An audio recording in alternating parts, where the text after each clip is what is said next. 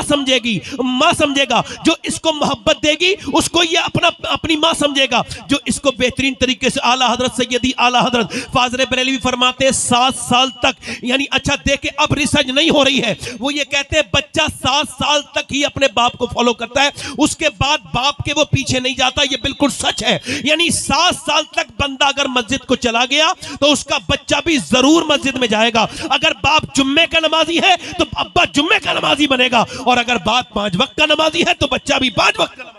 सुभान अल्लाह, सुभान अल्लाह, सुभान अल्लाह। समझ आ रही है मेरी बात? नहीं सुभान अल्लाह, सुभान समझ आ रही है आपको? समझ आ रही है?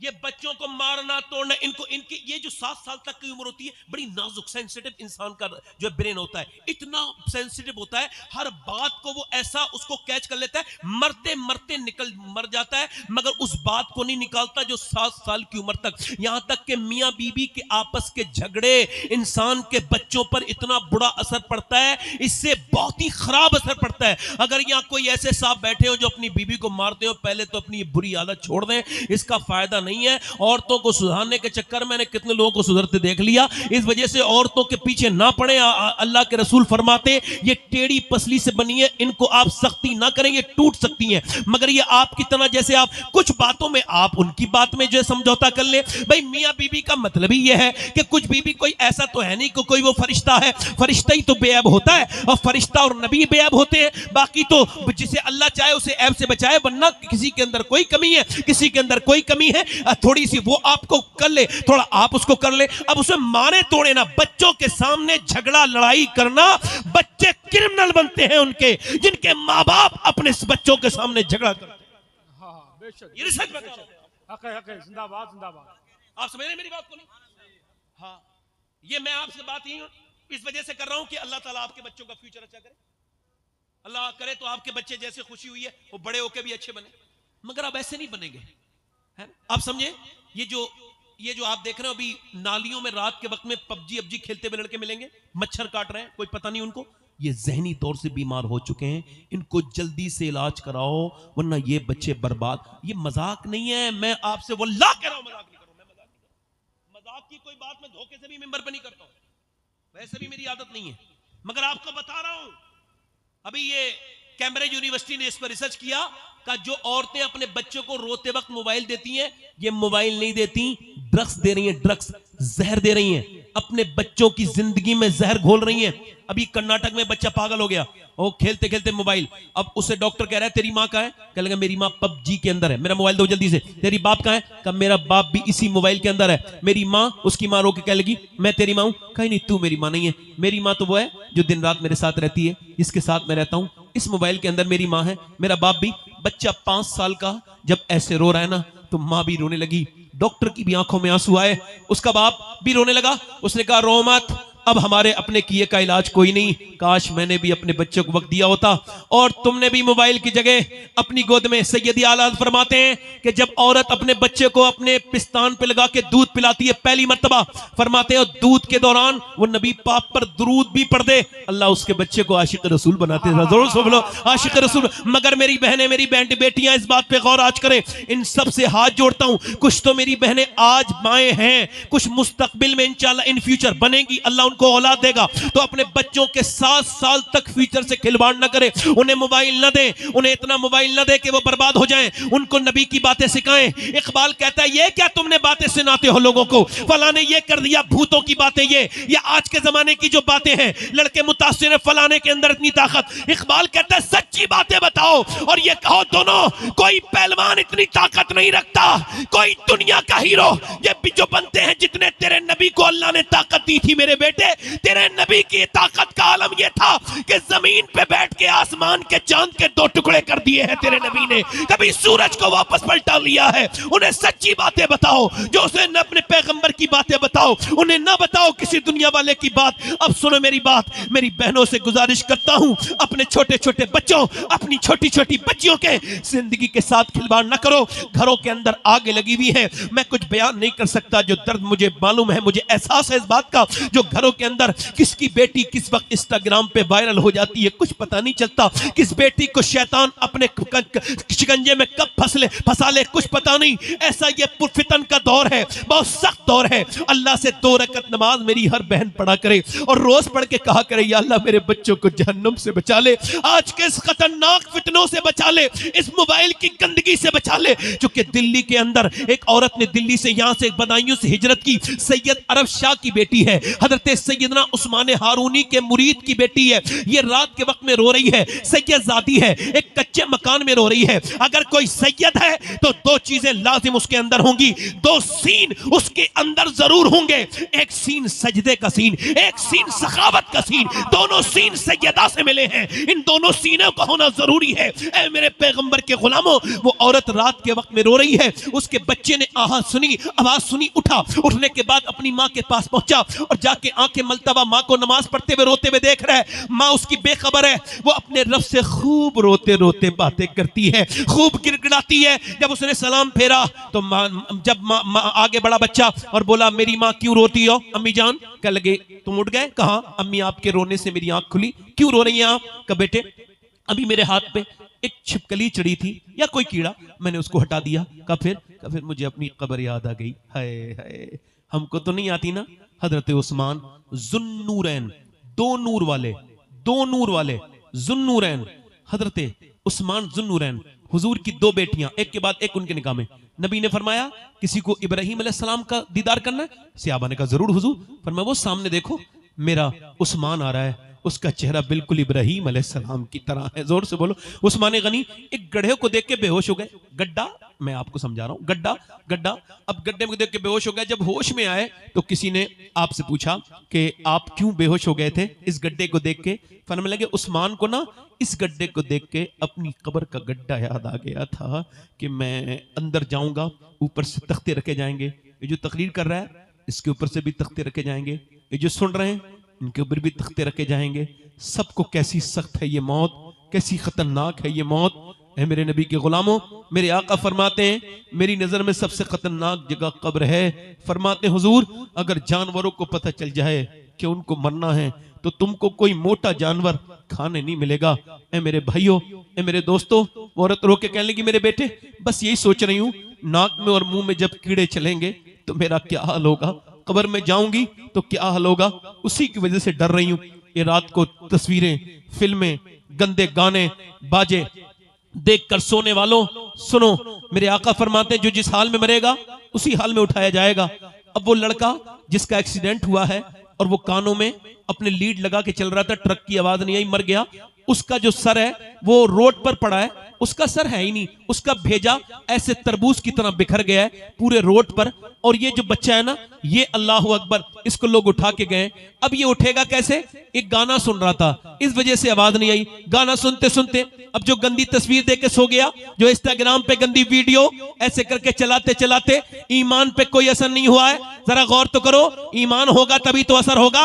एक नमाजी 5 वक्त का अगर उसकी ईशा की नमाज ना पढ़े पूरी रात बेचैन रहता है, कैसे नमाज नहीं पढ़ पाया, जल्दी से पढ़ूं नमाज, मगर जो नहीं पढ़ता उसको कोई बेचैनी नहीं। ऐसे ही ईमान अगर होगा तो पता चलेगा कि कितनी बदनिगाही की है। और ईमान जब बिल्कुल ही कमजोर हो गया, कुछ पता ही नहीं, एहसास खत्म हो गया। मौला अली फरमाते हैं मैंने जिंदा लोगों को देखा है मरे हुए हैं, उनके ऊपर गुनाहों का कोई असर ही नहीं होता, चाहे कितने भी गुनाह कर ले। जरा मेरी तरफ देखें, एक सहाबी ने अपनी आंख निकाल के फेंक दी, उतबा बिन गजवान नाम है उसका, आंख निकाल के फेंक दी और आंख का गुल्ला नीचे पड़ा है। अबू मूसा शरी आके कहते ये तूने क्या किया? अबू मूसा शरी से कहने लगे बात ये है, मैं, लोग कहते तू पागल हो गया, तूने अपनी आंख फोड़ दी, क्यों ऐसा किया? कहने लगे भाई अल्लाह के खौफ से किया है। क्या मतलब? कहा एक लड़की इधर से जा रही थी, उस पर एक नजर पड़ गई। का फिर कहा मुझे नबी की हदीस आई जो बदनिगाही करेगा उसकी आंख में जहन्नम की आग डाली जाएगी। मैं इस वजह से डर गया, मैं तो एक कीड़ा नहीं बर्दाश्त कर सकता आंख में, तो फिर जहन्नम की आग, तो फिर मैंने अपनी आंख निकाल के फेंक दी। अब मैं यही कह रहा हूं मेरे करीम और मेहरबान मेहरबान और बेपनाह ताकतों वाले करीम, मेरी इस खता को माफ कर देना। मेरी आंख को मैंने वो आंख निकाल दी जिस आंख ने वो बदनिगाही की थी। अल्लाह अकबर, क्या अल्लाह मुझे माफ कर देगा? ओ फेसबुक के दीवानों, ओ यूट्यूब के पर गंदी तस्वीरें और फिल्में देख करके सो जाने वालों, अगर इसी हाल में मरे और कब्र में पहुंचे, तुमने तो पूरी जिंदगी कहा था ना हुजूर का दीदार करना, आज कब्र में हुजूर आए हैं, तुमने नजर उठानी चाहिए। फरिश्ते ने कहा नीची नजर कर ले, अभी तू गंदी तस्वीरें देख के मरा है, तू नबी को देखने के लायक नहीं, तूने गंदी तस्वीरें देखी थी, तेरी आंखें तो गंदी हैं। अल्लाह अकबर, उन्हें न देखा तो किस काम की है ये आंखें कि देखने की है सारी बहार आंखों में। ये आंखों में नौजवानों अपने हया पैदा करो। मौला अली फरमाते हैं, सरकारे मौला अली फरमाते हैं, बेहतरीन हया आंख की हया है। वासिफ अली वासिफ फरमाते हैं, आंख का आदिल वो है, निगाह का आदिल वो है जिसे दूसरे की बेटी में बेटी और बहन में बहन नजर आ जाए। और सुनो, गौसुल आजम फरमाते हैं, सबसे बेहतरीन पाकीज़गी अल्लाह की बारगाह में कपड़ों की नहीं है बल्कि आंखों की पाकीज़गी है, नजरों की पाकीज़गी है। मौला अली फरमाते हैं, मैंने अपनी आंखों से कभी गंदी, कभी अपनी शर्मगाह नहीं देखी। किसी ने पूछा ये तो नाजायज नहीं, क्यों नहीं देखी? फरमाते जिन आंखों से हुजूर को देखता था, अब बताओ कभी अल्लाह तुम्हें मदीना दिखाए तो क्या उन आंखों से गुंबदे खजरा देखोगे जिससे तुमने गंदी फिल्में देखी है, जिससे तुमने औरतों को बेहिजाब देखा है? बताओ कैसे धुलेंगी ये आंखें? बस इनमें से आंसू निकलेंगे तभी ये धुलेंगी, इनके पाप तभी धुलेंगे, इनके गुनाह तभी धुलेंगे। वो औरत रोक के कहने लगी, मेरे लाल, मेरे हाथ पे वो जो कीड़ा चढ़ा था, आज मेरी बहनें कितनी इनका जिगर इनके कितनी ये जरी हो गई और कितनी बेखौफ हो गई। जरा सा एक बाथरूम में नहीं जाती अगर अंदर वहां छिपकली हो, कॉकरोच हो। और बताओ कब्र में तो जाने के लिए तैयार हो, कितनी औरतें मर के चली गई, कितने मर चले गए, हम तुम भी मर जाएंगे। वो औरत बोली, मेरे लाल, मेरे हाथ पर अभी कीड़ा चढ़ा था, बस उसको सोचा तो बेटा रो के बोला, अम्मा तू तो बड़ी है, मैं तो बहुत छोटा हूं, मेरा क्या होगा, मैं मर गया तो? माँ ने कहा तुम सजदा कर ले। जब सजदे में गया बेटा तो माँ भी सजदे में जाके बोली, मालिक यहां तक लाना मेरा काम था, रात का वक्त है, कबूल कर ले, मेरा यतीम बच्चा है, मैं बेवा औरत हूं, मेरे बेटे को कबूल कर ले। माँ रोज रो रो के दुआएं करती थी, बेटा तहज्जुद में रोता था। अल्लाह के फजल से बेटा जवान हुआ और माँ का विसाल हो गया। और माँ का विसाल हुआ तो इसके बाद फिर बेटे का रंग भी दिल्ली पे चढ़ा और बेटे का भी विसाल हो गया। मगर दिल्ली को जाके चेक करो, बादशाहों की बीबियां और बादशाहों की बेटियां, उनकी कब्रों के निशान नहीं मिलेंगे। मगर जो रात को रोती थी अल्लाह के सामने सजदे में, उसका मजार 3 बीघा जमीन में है, उसका नाम सैयदा जुलेखा अलमारूफ माई साहिबा है। हर बुध के दिन उसके मजार पे मेला लगता है, करीब में उसके बेटे का मजार है। बादशाहों के नाम तो मिट गए, उनकी कब्रें ढूंढोगे फिर भी नहीं मिलेंगी, मगर उसके बेटे के मजार पे रोज मेला लगता है। उसके बेटे का नाम निजामुद्दीन महबूब इलाही है। जब माँ ऐसी होती है, माँ सजदा करती है तो बेटा दिल्ली को दिल्ली शरीफ बना देता है। जब माँ सजदा करती है तो बेटा किचौचा में कदम रख के किचौचा को किचौचा शरीफ बना देता है। जब माँ घर में सजदा करती है तो बेटा कलियर में पाँव रखता है तो कलियर शरीफ बना देता है। बेटा देवा में पाँव रखे तो देवा शरीफ बनाए, बेटा बहराइच में पाँव रखे तो बहराइच को बहराइच शरीफ बना दे। जब माँ सजदा करती है तो बेटा अजमेर में पाँव रख के अजमेर को शरीफ बनाता है। और माँ जब गीलान में सजदा करे, बेटा बगदाद को अब्दुल कादिर बगदाद शरीफ बनाए। और जब बेटा माँ जब मदीने में सजदा करे तो बेटा करबला पे पाँव रख के शरीफ बना दे। नारे तकबीर, नारे रिसालत, जिक्र शोहदाए करबला, लब्बैक या हुसैन, औलादे गौसे आज़म, जिंदाबाद जिंदाबाद जिंदाबाद। यजीद बनते हैं लोग आज भी कोशिश से, हुसैन बनते नहीं खुदा बनाता है। जल्दी बोलो, हुसैन बनते नहीं खुदा बनाता है। अब अगर आप कहो तो थोड़ी देर और बोलूं, वरना मोहम्मद अली साहब हाजिर हैं। दिल लग रहा है नहीं लग रहा? दोनों हाथ उठा के बोलो, लब्बैक या हुसैन। तकरीर बाद में आगे शुरू होगी, पहले आज से वादा करना होगा कि अपने घरों में अपने छोटे छोटे बच्चों को इंशाल्लाह मोबाइल नहीं देंगे, उनके साथ खेलेंगे। फिजिकल खेल में लगाइए, किसी में उनको गिल्ली डंडा खेलने दीजिए, खेल रहे हैं क्रिकेट खेलने दीजिए, वो घर में बर्बाद हो जाएंगे। अब सुनो, आगे बात कर रहा हूं। एक बात सुनो, हुसैन ने क्या छोड़ा? मदीना। यजीद का और हुसैन का आखिर मामला क्या है? कोई जाती झगड़ा? बात उसूल का है, बात उसूल की थी। यजीद ऐसा नमाजी था, जब फंस जाता था कहीं तो नमाज पढ़ लेता। हाँ, नहीं पढ़ता। शराब पीता था, बेहया था, जबरदस्ती मुसलमानों के उस ओहदे पे फाइज होना चाहता था जिसके वो लायक। उसको बोट, अच्छा बेयत को मैं तर्जमा कर रहा हूं, बेयत का इंग्लिश में बोट, हिंदी में मत, उर्दू में बोट को क्या कहते हैं?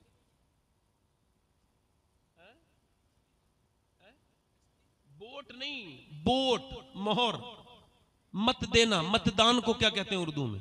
मेरे पास तो इसका भी थोड़ा पता नहीं, मैं बाद में देखूंगा इसको। तो वो ये चाहता था कि हुसैन मेरे लिए मतदान, अपनी राय मेरे हक में, राय शुमार, राय शुमारी आएगा ना भाई, राय मुझे दे दे अपनी, मेरे हक में अपना वोट। तो वलीद जो मदीने का वो हुक्मरान, वो गवर्नर था, उसने इमाम हुसैन को बुलाया, मस्जिद नबी में बैठे थे। सुभान अल्लाह। हुसैन अपने नाना की मस्जिद में नमाज पढ़ाते थे, वहीं के सज्जादा नशीन थे। आज तो सज्जादा अपने घर से नहीं निकल रहे। अरे बड़े अच्छे अच्छे सज्जादे हैं, देखो बकायदा उनकी। जिंदाबाद जिंदाबाद। हाँ, मैं किसी पीर के खिलाफ नहीं हूं। एक बार मैं एक पीर साहब के खिलाफ बात कर रहा था, तो एक बुरे पीर के खिलाफ बोल रहा था, अच्छे पीर को बुरा लग गया। मैंने कहा मैंने तो दरे जन्नत से रिजवान को पुकारा था, ये आ गई रिजवाना, ला हौला वला कुव्वत। हमने तो आपसे नहीं कहा कि आपको कह रहे, मगर चूंकि पानी गहरे में जाता है और चोर की दाढ़ी में, हमने पीर को ही सब कुछ समझ लिया है। देखो आपको, अम्मा अब्बा कुछ नहीं, पीर साहब सब है। उस्ताद कुछ नहीं, उस्ताद का कोई अदब नहीं। जो कुरान पढ़ाए, नमाज पढ़ाए, तुम्हें कलमा पढ़ाए, नमाज, जो नमाज सिखाए, मस्जिद में तुम्हारे इमामत करे, उसकी कोई हैसियत नहीं, पीर साहब ही है। अब खुद का इलाज भी कोई नहीं बनाया भी हम ही लोगों ने।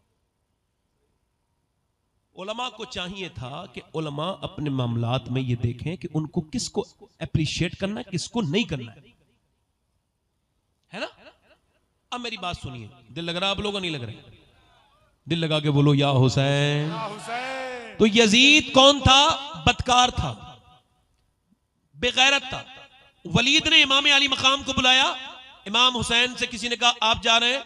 आपने फरमाया मुझे लगता है यजीद जो है ना, वो अपनी राय शुमार के लिए मुझे अंदर गए, और आप पहुंचे और आपने फरमाया वलीद से मैं यजीद की बैत नहीं करूंगा।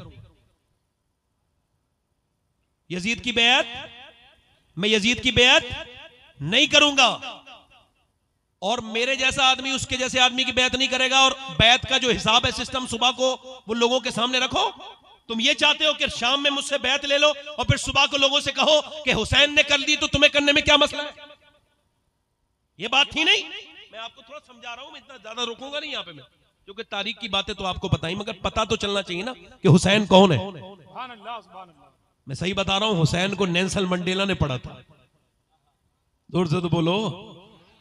नेल्सन मंडेला अफ्रीका का बहुत बड़ा पॉलिटिशियन, जेल में उसने इमाम हुसैन के बारे में किताब लिखी, और उस किताब को पढ़ करके न जाने कितने लोगों ने हुसैन को समझा है। हुसैन सिर्फ मुसलमानों के नहीं है, हुसैन और हर उस इंसान के हैं जो बुराई के खिलाफ खड़ा हुआ। जिंदाबाद जिंदाबाद जिंदाबाद। तो आ रही नहीं आ रही? इमाम हुसैन कौन है? मेरा इमाम। जब वापस हुए तो वलीद ने आपको जाने दिया, तो मरवान का बेटा बैठा था, लांती का बेटा लांती। उसने कहा रोक लो हुसैन को, अगर ये आज चले गए इन्हें कत्ल कर दो। अगर हुसैन चले गए तो आज के बाद इनको हम कभी फिर पकड़ नहीं पाएंगे। हुसैन ने ये सुना और तलवार के दस्ते से बाहर को तलवार निकालने के लिए हाथ बढ़ाया, कहा तू मुझे कत्ल करेगा, जरा बाहर तो आ। जब उसने हुसैन को देखा कांप लगा, फरमाया तू मुझे जानता भी है मैं कौन हूं? हुसैन नाम है मेरा। जोर से बोलो सुभान अल्लाह। मेरे इमाम ने फरमाया मैं अगर, और फिर अपने लोग अपने साथियों के पास गए और फरमाया अगर मैं यहां रुकूंगा तो यजीद यहां पर हमला करेगा, और मैं नहीं चाहता कि यहां पे मेरे मदीने में, मेरे नाना के मदीने में कोई कत्लो गारत मेरी वजह से हो। मदीने जाते हैं, मदीने की अजमत नहीं समझ पाते। उनको समझ में आनी चाहिए कि 22 दिन भूखे रहे उस्मान गनी प्यासे, सैयदना उस्मान अमीरुल मोमिनीन, तीसरे खलीफा मुसलमानों के, मगर उन्होंने कहा मैं यहां पे जंग नहीं होने दूंगा, मदीने में खून नहीं गिरने दूंगा। हुसैन ने फरमाया मैं भी वो नहीं बनूंगा। मेरे इमाम अली मकाम मदीने को छोड़ के जा रहे हैं। यहां पर एक बात अर्ज करता हूं, मदीने से जब कोई हाजी वापस आता है तो रोता है। मैंने देखा है जिन्हों एक साहब रो रहे थे बहुत, मैंने कहा यार मैं तो तुम्हारे अब्बा को भी जानता हूं, तुम अपने अब्बा की मौत पे भी इतना नहीं रोए थे आरिफ भाई जितना आज रो रहे हो, क्या बात है? मुझे उसका नाम भी याद। कहने लगा सैयद साहब मुझे क्या खबर थी कि मदीने में हुजूर इतना प्यार देते हैं। कहते हैं मुझे इस दरो दीवार के छोड़ने में तकलीफ होती है, 8 दिन 10 दिन 15 दिन वापस बंदा आता है डिप्रेशन में चला जाता है, मदीना छोड़ के। अल्लाहू अकबर। मेरा इमाम कहता है फिर के गली गली तबाह ठोकरे सबकी खाए क्यों, और दिल को जो अक्ल दे खुदा तेरी गली से जाए क्यों। मेरे नबी के गुलामों, मेरे सरकार के गुलामों, मेरे आका के गुलामों, मेरे नबी पाक सल्लल्लाहु अलैहि वसल्लम का हुसैन अल्लाहू अकबर जब मदीना छोड़ के जा रहे हैं, और हम तो जब आते हैं तो हमें एक उम्मीद ये भी है कि फिर वापस आ सकते हैं, मगर हुसैन को तो फिर कभी वापस भी नहीं आना था। किस तरह से बिछड़े होंगे वो खातून जन्नत की मुबारक मजार से, वो कैसे अपने नाना के मदीने से बिछड़े होंगे। मदीना छोड़ के वो सफर करके अपनी बहनों बच्चों को सबको लेके मदीने से आज हुजूर की बेटी सैयदा फातिमा के दरवाजे पे ताला लगा है।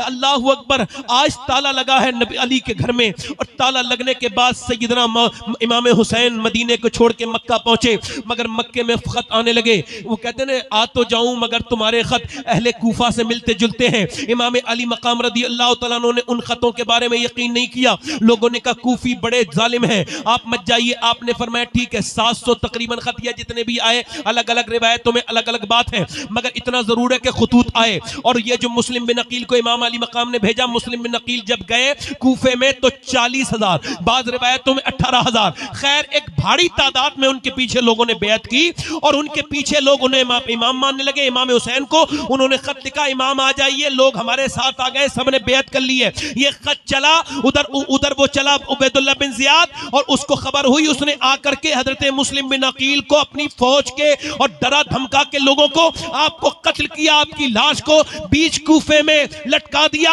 और जब आपकी लाश को लटकाया और एक शायर उधर से आ रहा था, इमाम हुसैन को रास्ते में मिल गया, कहा हुसैन न जाओ। कहा क्यों ना जाऊं? कहा आपके भाई को कत्ल कर दिया गया है। फरमाया फिर? कहा तुमने उसे कैसे देखा? कहा वो लटका हुआ था। फरमाया तो फिर हुसैन रुकेगा नहीं। मेरा भाई ये बताओ झुकावा तो नहीं था? कहा नहीं, लटका हुआ था। कहा फिर हुसैन भी झुकेगा नहीं, लटक जाएगा। ए मोबाइल भाई जल्दी बैठो, 1 मिनट के अंदर जल्दी बैठो, दिल लगा के बोलो आप सुभान अल्लाह, मुस्कुरा के बोलो। आना अपने हाथ है मगर जाना हमारे हाथ है। मेहमान हो ना आप हमारे, इतनी जल्दी कैसे जाने देंगे? जोर से बोलो सुभान अल्लाह, मुस्कुरा के बोलो। अच्छा, हुसैन इमाम अली मकाम को फिर रोक लिया गया, हुर ने रोका। मैं मुख्तसर कर रहा हूँ, किसके साथ जरा थोड़ा सा यहाँ पे आपको लग रहा होगा ये, मगर थोड़ा सा ऐसी तकरीर सुन लिया, मालूमाती सुननी नहीं चाहिए। हमारी लोग तकरीर सुनते हैं उसमें नेट पे, तो वो कहते हैं ये मौलाना जोर से क्यों बोलते हैं? अब मुझे भी खबर है कि मैं जोर से बोलूंगा तो मेरी बात इतने मजा नहीं देगी, मगर मैं जिन ऑडियंस में हूं वो हल्के से मानते कब है भाई। मैं क्या बताइए आप? अब वो तो आपको क्या पता कि हम कौन से, हमारे बुजुर्गों ने कौन सी पिच तैयार की हमारे लिए। हमारे यहाँ लोग समझते हैं कि जोर से बात करने वाला ही, कुछ हमारा भी जोश होता है, जरा जोर से तो बोलो। कुछ लोग कहते हैं डंके की चोट पे, तो जो बड़ी बात होती है वो जरा जोर से ही कही जाती है, जरा जोर से बोलो सुभान अल्लाह। मगर मैं इतना जोर से मैं बोलना अपनी जिंदगी में तो नहीं चाहता, मगर चूंकि मैं जलसों में जिस तरह के हूं, अगर ऐसा नहीं करूंगा तो लोग इसको मुझे अवॉइड कर देंगे, बोले हटाओ कोई और आदमी हो, इसे बोलना नहीं आता। इस वजह से ये बात, अल्लाह का शुक्र है, हर फन में थोड़ा बहुत हल्के बात आगे कर रहा हूं। इमाम हुसैन को रोक लिया हुर ने। किसने रोका? हुर ने। और उसने 3 नमाजें इमाम हुसैन के पीछे पढ़ी। जल्दी बोलो कितनी नमाजें? और कहा आप यजीद से अपने मामला ठीक कर लीजिए, मैं तो गुलाम हूं आपका। हुर ने कहा। उसने रोका। उबैदुल्लाह बिन जियाद ने इमाम अली मकाम के खिलाफ उसको भेजा था। 1000 लश्कर का वो अकेला कमांडर था। वो जो है ना इमाम अली मकाम को जब रोका तो सैयदा ज़ैनब ने कहा, मेरे भाई हुसैन, सब ने रोका, मक्के में रोका, मदीने में रोका, आप आखिर रुके क्यों नहीं? आपने फरमाया, ज़ैनब रुक जाता, मेरे नाना ख्वाब में आए हैं और उन्होंने कहा है कि ए हुसैन तुम्हें रुकना नहीं है, यजीद आज खड़ा हुआ है, अगर तुम न खड़े हुए उसके खिलाफ तो फिर बड़े यजीद परेशान मेरी उम्मत को करेंगे, तुम इस यजीद के खिलाफ खड़े हो जाओ। हुसैन जाओ, खड़े हो जाओ, मेरे नाना का हुक्म है। जरा गौर तो करो, जब गांधी जी ने हिंदुस्तान की इस आजादी का बीड़ा उठाया तो किसी ने कहा, ये आप जो बीड़ा उठाए हैं, आपके पास ये चरखा है, ये कपड़े, आप गांधी जी ये बताएं कि आप कैसे जीतेंगे उनसे? आप ब्रिटिश एम्पायर से टकराने जा रहे हैं, उनके पास इतनी पावर है, ताकत है, जहाज है, उनके पास जहाज है, उनके पास फौजें हैं, तोपें हैं, आप कैसे जा रहे हैं? गांधी ने कहा, मुझे भी बात ये खबर है और मुझे भी इसकी हिम्मत नहीं थी, मगर जब मैंने हुसैन इब्ने अली की बात को पढ़ा है तो मैं समझ गया कि 22,000 का लश्कर मिटाने आया था करबला में 72 को, मगर 72 के खेमे करबला में वैसे ही लगे हुए हैं, 22,000 मिट गए। जिंदाबाद जिंदाबाद जिंदाबाद जिंदाबाद जिंदाबाद, सुभान अल्लाह सुभान अल्लाह, जल्दी सुभान बोलो। अल्लाह सुभान अल्लाह सुभान अल्लाह। अच्छा, हम लोग बयान करते हैं ना, कुछ लोग हमारे यहाँ बयान करते हैं हुसैन जैसे फंसे हुए थे, उन्हें निकलना था, तो वो ऐसे बयान करते हैं जब मजलूमियत, ऐसे हमारा हुसैन शेर है। जिंदाबाद जिंदाबाद। हम बात वही करेंगे, हम वो वाले नहीं है कि हाय हुसैन, हमें वाह हुसैन, वाह हुसैन, वाह हुसैन, वाह हुसैन, जिंदाबाद, वाह हम हुसैन। हाँ हुसैन नहीं कहते। उबैदुल्लाह बिन जियाद को यजीद ने 10,000 फौज भेजी, उसने कहा और फौज चाहिए, उसने कहा तेरा दिमाग सही है?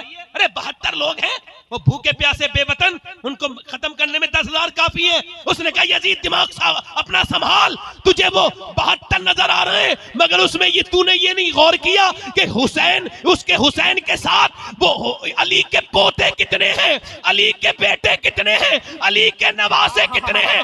अगर वो सब एक साथ तैयार हुए तो 50,000 फौज भी उनको नहीं रोक सकती। सुभान अल्लाह सुभान अल्लाह सुभान अल्लाह, जिंदाबाद जिंदाबाद जिंदाबाद, सुभान अल्लाह। हुसैन ने करबला में रात को चिराग बुझाया। बड़ा मुख्तसर बयान करता हूँ, करबला के लिए 4-5 दिन चाहिए ठीक से बयान करने, सुभान अल्लाह, मगर मुख्तसर बयान कर रहा हूँ, दिल लगा के बोलो सुभान अल्लाह, सुभान अल्लाह सुभान अल्लाह। मेरा इमाम। इधर देखो, मुसलमानों में 2 तरह की औरतें हैं, तीसरी कोई क्वालिटी है ही नहीं, दो ही तरह की औरतें, मैंने जो रिसर्च किया, मैं अपनी बात कर रहा हूँ। पहली वो लड़की है जो पर्दा करेगी नहीं, चाहे किसी की मौत में चली जाए, इसको करना ही नहीं है। हालांकि उलमा ने लिखा है कि ये देखो, अगर औरत को अपना हाथ खोल के, ये कौनी खोल के, और वुजू करना होगा, समझाने के लिए कह रहा हूं, वुजू करना है और गैर महरम देख रहा है और सूरत कोई इसके अलावा है ही नहीं, अगर वुजू करेगी तो हाथ देख लेंगे, तो उलमा ने लिखा है, फुक़हा ने, कि वो वुजू न करे, तयम्मुम से नमाज पढ़े। अब ये शादियों में जो आपने ये जो शादी इबादत है ना, क्या है? सुन्नत है, सुन्नत इबादत है, और इबादत में ये मेकअप, ये डांस, ये गाना बाजे, ये औरतों की बेशर्माई, किसी की मैयत पे भी जाके बेपर्दा, घर में भी बेपर्दा, बारात में बेपर्दा, औरत ऐसा लिबास पहने कि वो टाइट ना हो, चाहे घर में हो। आदि आस्तीन का लिबास पहनना मना नहीं मानेगी।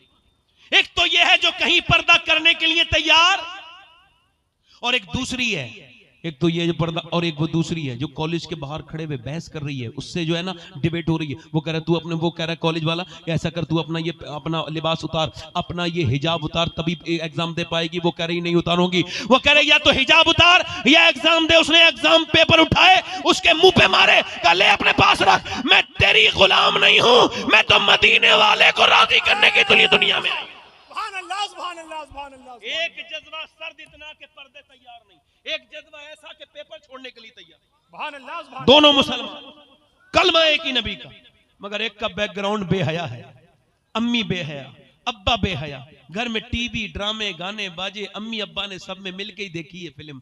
अब जब फिल्म में लिप लॉक हुआ, अम्मी उसको देख रही है, हीरोन नहीं मिले, अम्मी रो रही है। हीरोन मिल गए, हीरो हीरोइन, तो वो अम्मी खुश हो गई। बेचारी का दिल बड़ा कमजोर है ना, हीरो हीरोइन नहीं मिले तो। अब जब वो लड़की भागी है ना बड़े होके, वो कह रही हाय मेरी नाक कटा गई मेरी बेटी। अरे तो तूने खुद कटाई ना, जालिम औरत बेहुदा। अगर तू टीवी के सामने जितना रोई है ना, इतना रब के सामने रोई होती तो तेरी बेटी नाक ना कटाती, सर तेरा बुलंद कर देती, तूने खुद ही तो बुलंद। और एक दूसरी है, उसको बैकग्राउंड पता है नबी के घर वालों को, उसके घर में सैयदा की बातें हुई हैं, तैयबा की बातें हुई हैं, खातून जन्नत की बातें हुई हैं। और मुझे इकबाल बार बार याद आता है, इकबाल ने लिखा घर कितनी खूबसूरत बना लो, अगर उसमें हुजूर की बेटी की बातें नहीं होंगी, तुम्हारे घर को बर्बाद होने से कोई नहीं बचा सकता। तवज्जो है कि नहीं? अब मेरी तवज्जो करो। हुसैन ने रात को चिराग बुझा दिया, का सुबह को जंग है, चिराग बुझा दिया। चिराग जब बुझाया इमाम अली मकाम ने फरमाया जिसे जाना हो चला जाए, मैंने इस वजह से चिराग बुझाया है, मेरी शर्म और हया की वजह से कोई ना रुके, जाओ जिसे जाना हो चला जाए। चिराग बुझाया, फिर थोड़ी देर के बाद जब जलाया सब बैठे हुए वहीं रो रहे थे। आपने फरमाया गए नहीं? कहने लगे बद्र के मैदान में हमारे बाप दादा आपके नाना को छोड़ के नहीं गए, तो हुजूर हम आपको छोड़ के कहां जाएंगे? हुसैन हम जान दे देंगे, आपको छोड़ के जा नहीं सकते। फिर इमाम ने अपने अहले बैत को बुलाया, अपने भाइयों से कहा तुम चाहो तो तुम मेरी जितनी भी यजीद की दुश्मनी है मेरे साथ है, तुम लोगों के साथ नहीं है। फिर हजरत कासिम से कहा इमाम हुसैन के बेटे से, बेटे तुम जाना चाहते हो, तुम जवान हो, चले जाओ। हजरत कासिम इमाम के सीने से चिपट के रो के बोले क्या मैं अली का पोता नहीं हूं? क्या अली कभी मैदान छोड़ के भागा था जो उसका पोता कभी भागेगा? मेरे इमाम ने फिर इसके बाद क्या किया कि हजरत कासिम का जनाजा भी उठाया। वो सबकी लाश उठा रहे हैं, एक एक लाश उठा के लेते आ रहे हैं। आज करबला में 2 घंटे के अंदर इमाम हुसैन की पूरी दाढ़ी सफेद हो गई है। अभी जब आए थे करबला में तो चंद बाल सफेद थे, मगर इतने गम एक साथ के पूरी दाढ़ी सफेद हो गई। कभी भतीजों की लाशें, कभी भाइयों की लाशें, कभी जवान बेटे की हजरत अली अकबर की लाश उठा के लाए। उसके बाद आप अली असगर की लाश उठा के लेके आए। सारे लोगों की जब शहादतें हो गई तो इमाम ने अपना पटका बांधा, इमाम ने अपना घोड़ा तैयार किया, इमाम ने अपना जो है ना उस सर पे साफा बांधा, इमाम ने अपने नाना वाली तलवार जो मौला अली को दी थी वो जुल्फकार ले ली और उसको आपने अपने जो है वो हाथ में अपने हाथ में लिया। उसके बाद जैसे ही चले पीछे से एक बीमार ने आपको पकड़ लिया, कहा बाबा मैं ज़ैनुल आबिदीन लोग मैं कैसे इस बात को बर्दाश्त करूंगा कि मेरा बाप शहीद हो जाए और मैं खेमे में पड़ा रहूं। मुझसे हालांकि घोड़े में बैठने की हिम्मत नहीं, मगर आप मुझे घोड़े पे बिठा देंगे तो मैं शहीद हो जाऊंगा, मुझे जाने दे। इमाम ने अपने जवान 22 साल के बेटे को चूमा और कहा मेरे लाल तुझसे मेरी नस्ल चलेगी, तू यहीं रह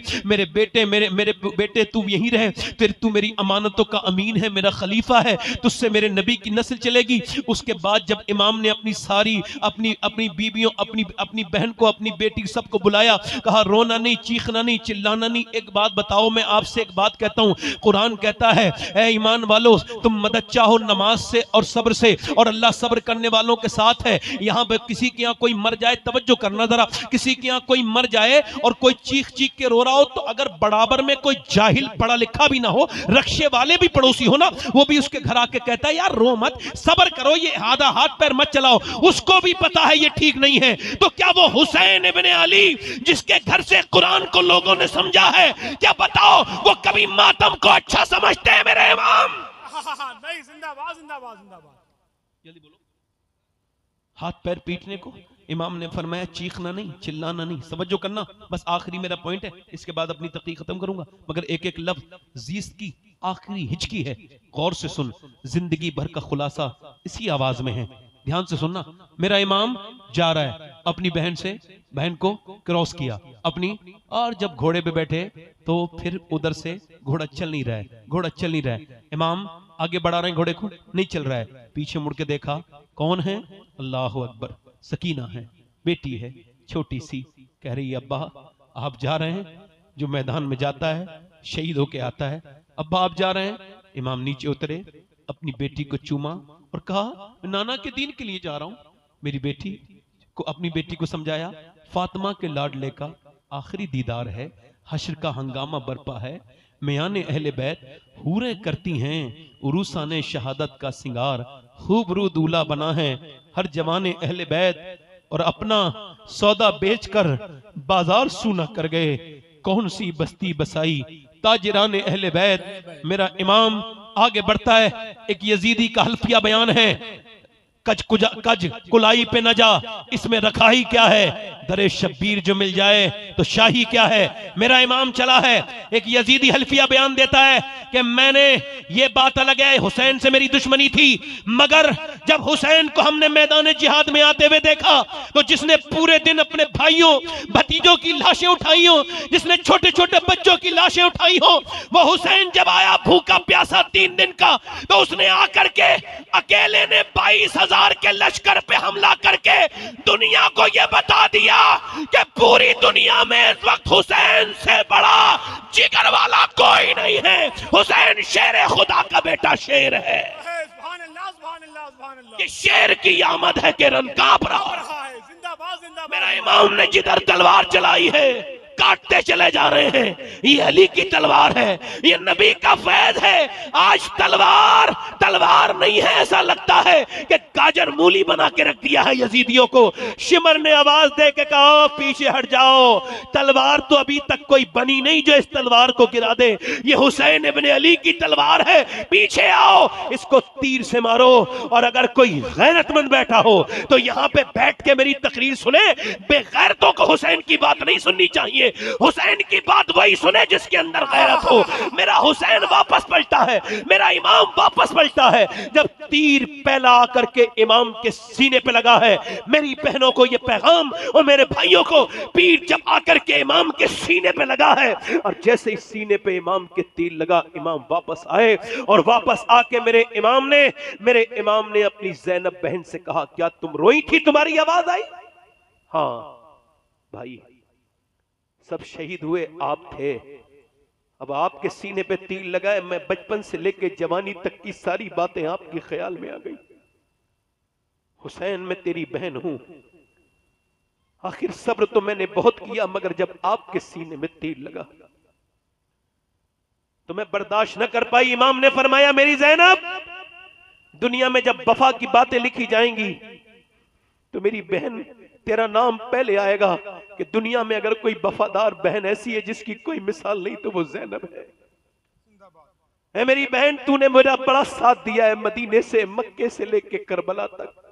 अब तुझे इन सबको सही सलामत नाना के माजार तक लेके जाना है, नाना के मदीने तक लेके जाना है। ज़ैनब मेरी बहन, अभी तो सिर्फ तीर लगाए, अभी मेरे लाश पर घोड़े दौड़ेंगे और मेरे नबी का हदीस सुनाने लगे हुसैन।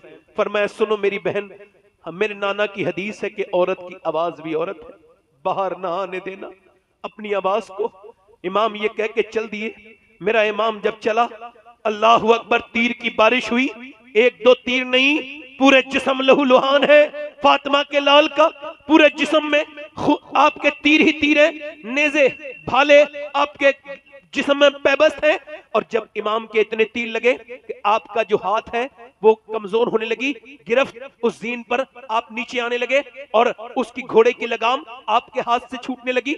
नीचे को गए इमाम, जब नीचे जा रहा है 3 दिन का भूखा प्यासा, आवाज देनी चाहिए थी ज़ैनुल आबिदीन पे अल्लाह करम करना, नहीं आवाज नहीं आई। या अल्लाह मेरी बहन पे करम करना, नहीं।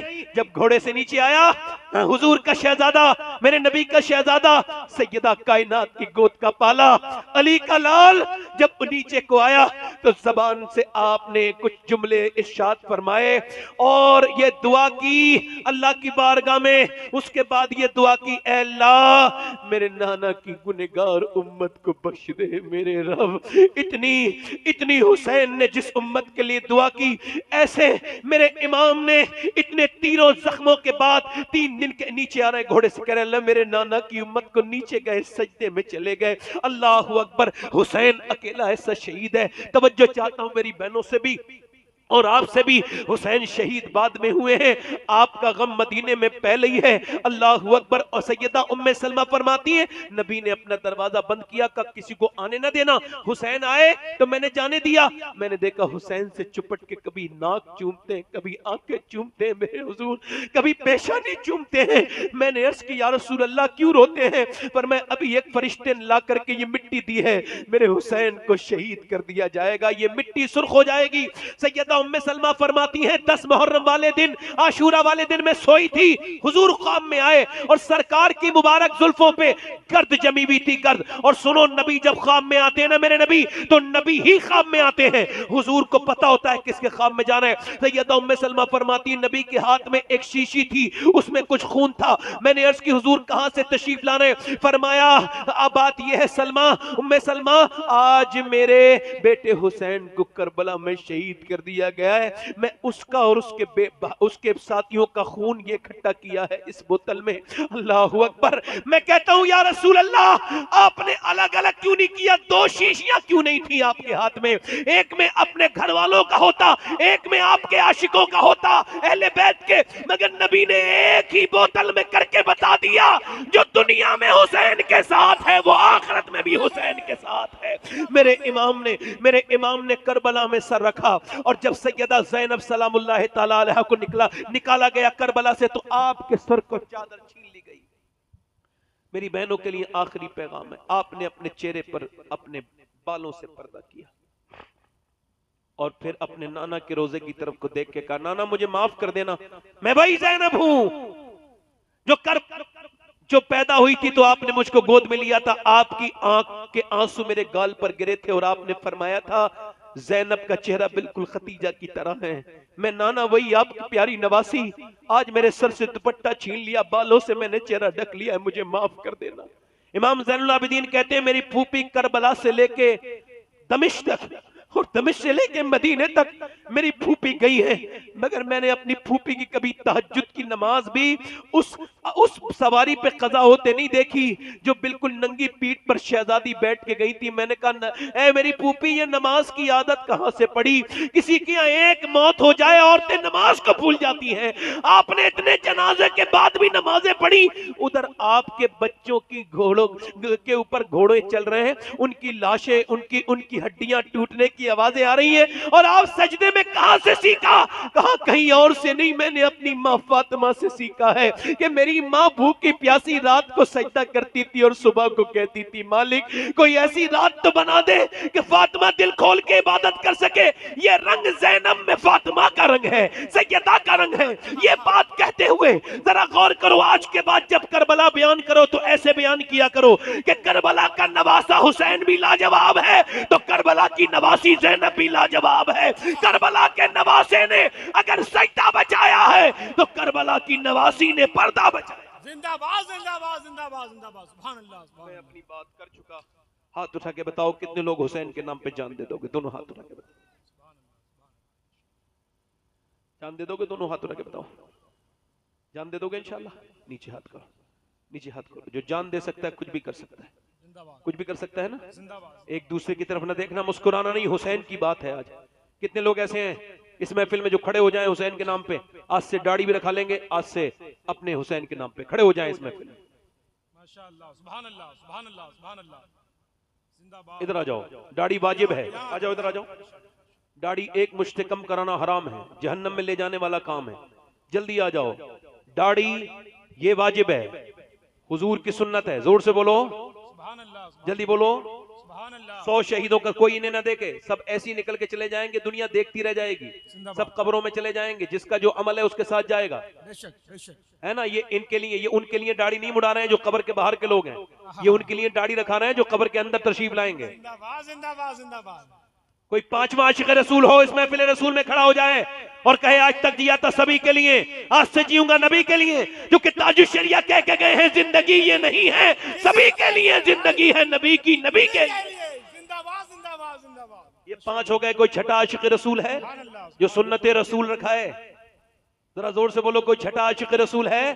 मेरा भाई, मेरा किसी को अच्छी लड़की से शादी करनी है, पहले आपको बता रहा हूं, दाढ़ी रखा लो शादी से पहले। अगर अच्छी लड़की चाहते हो, खराब लड़की से बच जाओगे, क्योंकि कोई भी बिगड़ी हुई लड़की दाढ़ी वाला पसंद नहीं करती। दाढ़ी वाले को वही पसंद करती है जिसे आमना का लाल पसंद हो। सुभान अल्लाह, सुभान अल्लाह, सुभान अल्लाह। है कोई और आशिक रसूल, गरीब नवाज का आशिक, जो इस महफिल में आगे पीछे से मेरा भाई उठे और आज से पूरी सुन्नत का वादा करे, इस महफिल में आकर के यहाँ आए और आकर के खड़ा हो जाए? कोई दीवाना हो इस महफिल में, तौबा करे अपने रब से, अपने गुनाहों की आज तक जो किए हैं मैंने आपके सामने बयान कर दिया। कोई आशिक रसूल हो छठा तो खड़ा हो इस महफिल में। ये जिंदगी सबके लिए नहीं है। आओ खड़े हो जाओ मेरे भाई, आ जाओ, आपके दाढ़ी है, बैठो भाई, हंसना नहीं कोई मेरी बात को। देखो हंसना तो सब जानते हैं, रोना सीखो। रोना बेहतरीन बात है, औलिया रोते हैं, अंबिया रोते हैं, सब नहीं रोते, है ना। और रोने से अल्लाह राजी होता है, जल्दी बोलो। और रोना, मेरा इमाम कहता है मेरे नबी तो इतना रोए कि आंखें रो रो के सुजाने वाले, बल्कि फरमाते हैं दरिया बहा दिए रो रो के मुस्तफा ने। कोई छठा आशिक रसूल हो इस महफिल रसूल में हुसैन के नाम पर, जो आज से इस बात से अपनी तौबा करे, मेरा भाई आए, मैं किसी को कहूंगा नहीं भाई, जिसके जी में आए वो पाए रोशनी, मैंने तो दिल जला के सरे राह रख दिया। ये छठा कोई सुन्नत रसूल रखाने वाला हो, आओ आ जाओ, आ जाओ। मुझे लग रहा था तुम्हारी चाल बता रही थी यार। माशाअल्लाह, सुभान अल्लाह, सुभान अल्लाह, सुभान अच्छा बताओ कि दाढ़ी मुड़ाने से बंदा खूबसूरत हो जाता है? जल्दी बताओ। खुदा की कसम मेरे नबी इतने खूबसूरत हैं, थे नहीं हैं, कि जिब्राइल आते थे हुजूर का चेहरे का दीदार करने के लिए।